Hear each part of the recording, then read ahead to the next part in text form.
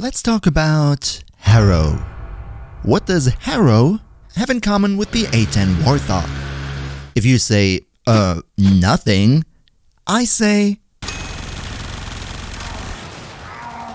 If you say, actually the A-10 is quite a tanky plane whereas Harrow is more on the squishy side of things, then I say... Welcome to the A-10 Harrow.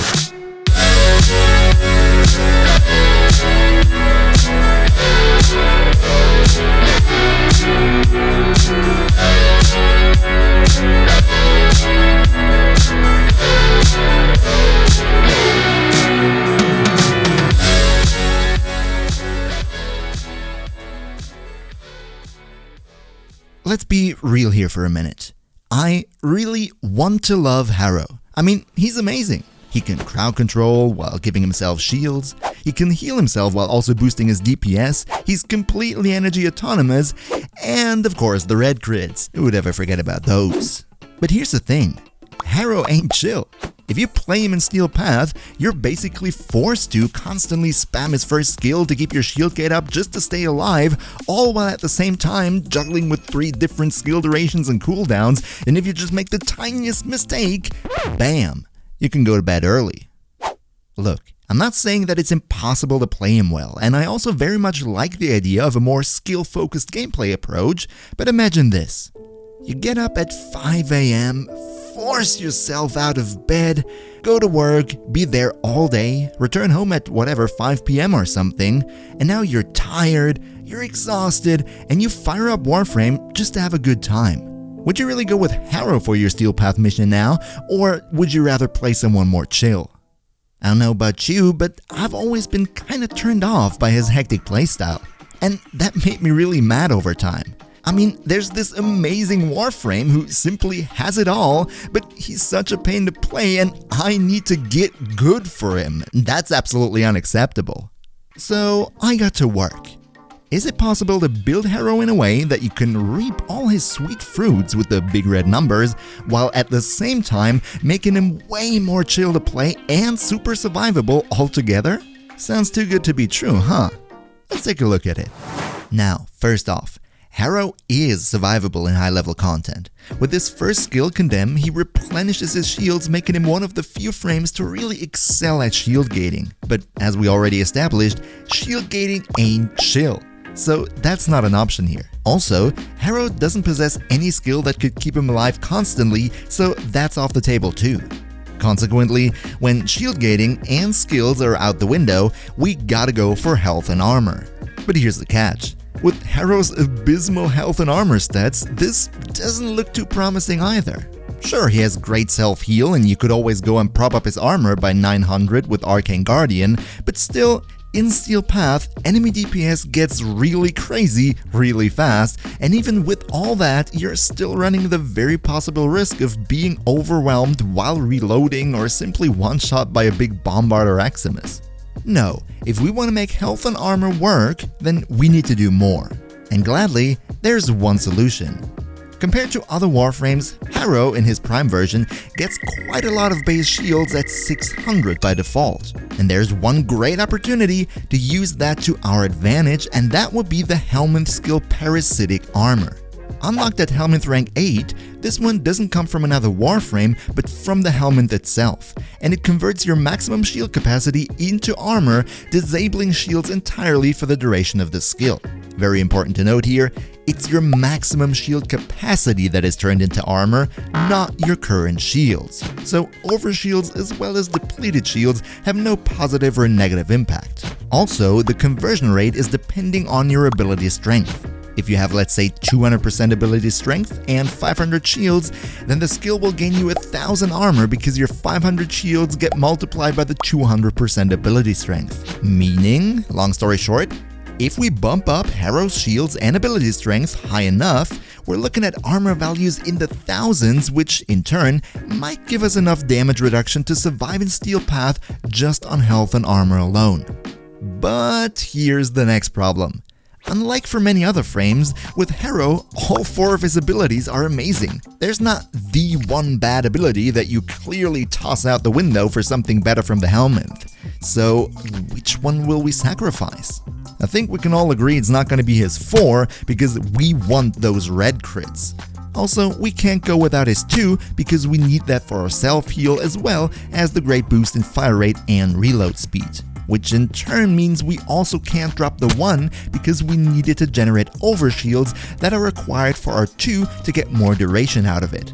So, as painful as it may sound, yes, we have to drop the 1 skill that gives us infinite energy and instead put our parasitic armor in its place. In case you're playing Harrow as a melee frame, this all looks a bit differently because in that case you can always self-heal with your weapon and also don't need the fire rate and reload speed, meaning in this case you could sacrifice his 2 and keep your energy regen. However, I like Harrow as a gunrunner, so let's continue with our first example. We take parasitic armor from the helmet and use it to replace his 3rd skill. This will take away our ability to regenerate energy, but as we will see, it's actually not too bad. And while you're down there, give it a bit of like to help me please the YouTube gods, let's look at how to actually build him now. And really, thank you so much for your constant support. It truly means a lot. So, the build.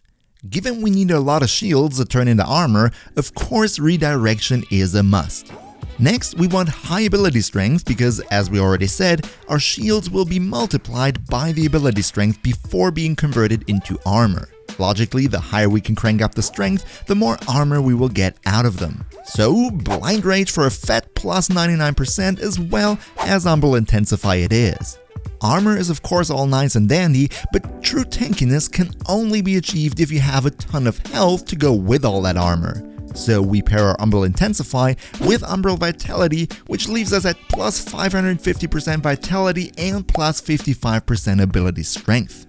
All in all, we're now sitting at 650 health, 1480 shields, and an ability strength of 254%, meaning our parasitic armor will end up at 1480 times 2.54 equals 3759 armor. That's a damage reduction of 93%. And I don't know about you, but where I come from, we can work with that. But if you think we're done yet, we're just getting started. First, 650 health is not enough. Gladly, with the Lewis Prey update, Arcane Blessing has entered the scene, giving us 24 extra health for every health orb we pick up, totaling at 50 stacks, which promises to add another 1200 HP on top. Then, and this one is optional, you do not have to do that if you don't want, I added 4 blue Archon shards for an additional 600 HP. Now that's looking way nicer now. Sure, we could also go and use, let's say, Primed Vigor to increase our shields and health even further, but I feel we don't really need that many HP, and due to the exponential nature of armor and damage reduction, the extra armor gained by increasing our shields even further would only result in 1 or 2 more % of damage reduction, and that's not worth the mod slot. No, we're gonna use Adaptation, because let's be real, another layer of damage resistance? Yes sir! Now, with Adaptation, it's always a bit difficult to quantify its precise effect, but I'd say it's safe to assume that the 7% damage that were only taken after the armor will be reduced by another 50 to 70%. The more different damage types we're exposed to, the better. And if we do the math, we now have effectively reduced our damage taken down to only 2 to 3% on a health pool of 2,650, giving us between 90 and 130,000 effective hit points. Now, sure, every health and armor build like this does have an expiry date. At some point, you will have reached a level where enemies are dealing so much damage that you won't be able to keep up.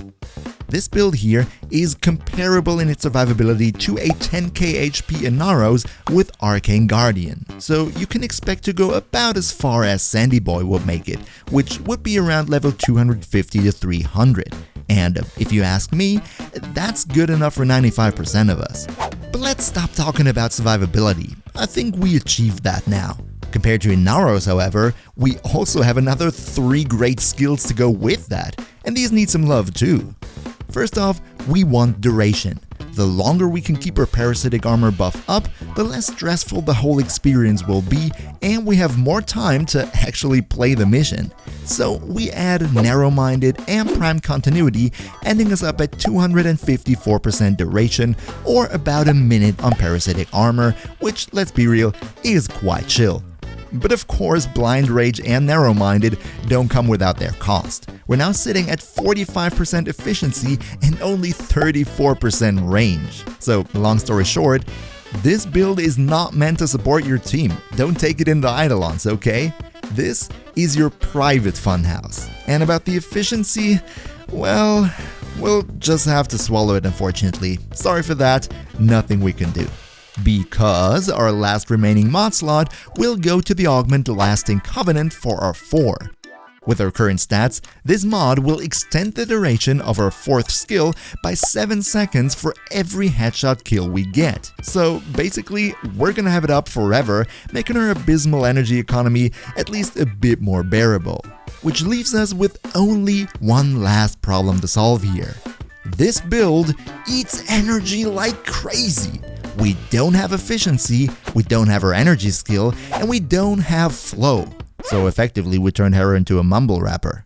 But jokes aside, here's the point where some of you might be a bit disappointed.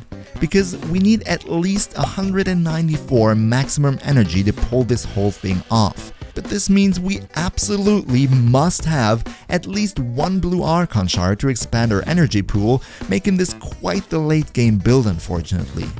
Gladly on the other side, however, one normal blue Archon shard will also be enough for the non-prime version of Harrow, so you don't have to have his prime for this at least. As for the energy regeneration, of course there's always Arcane Energize, and if you have that, great, that should solve any issues you might be having. However, if you don't have it, you'll have to rely on energy drops or squad refills to keep you afloat. This is possible with this build, especially if you're maybe willing to add 1 or 2 more Archon shards for the energy orb strength, but you will have to be super careful not to eat any magnetic effects, because if you run out of energy, you're done for.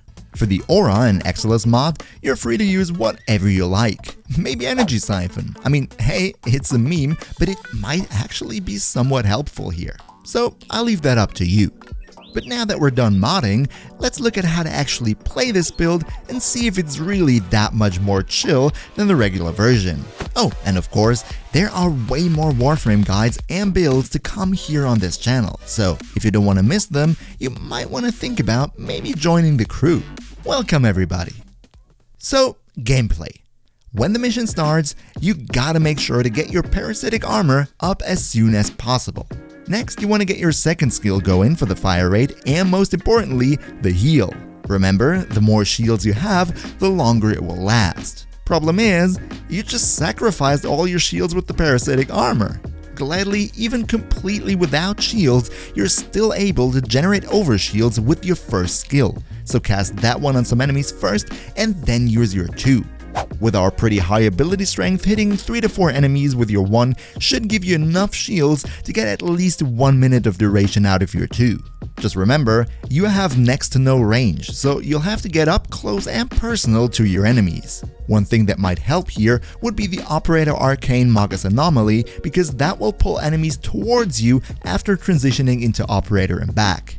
So now that you have your second skill on, and hopefully at least a minute on the clock, you have the heal you need, you have the fire rate, the reload speed, and the fat armor to keep you safe. The next thing you want to do is to cast your 4th skill once you have enough energy for it. Remember, with the augment, our duration here will practically be infinite, so you'll only have to cast it once, and after that it won't be a burden on your enemy economy anymore. And when your 1 minute of armor and buffs runs out, just recast them in the same order. 3, 1, 2. In case you're having trouble staying alive during this procedure, I strongly recommend the Vazarin Focus School with the skill Protective Sling that makes your Warframe invincible for 5 seconds when you void sling through him with your operator. And given the fact that you need your operator anyway to pull the enemies towards you, this tactic fits perfectly with our build here. Now you can play freely, do your mission, enjoy the power trip, and make every one of your friends jealous.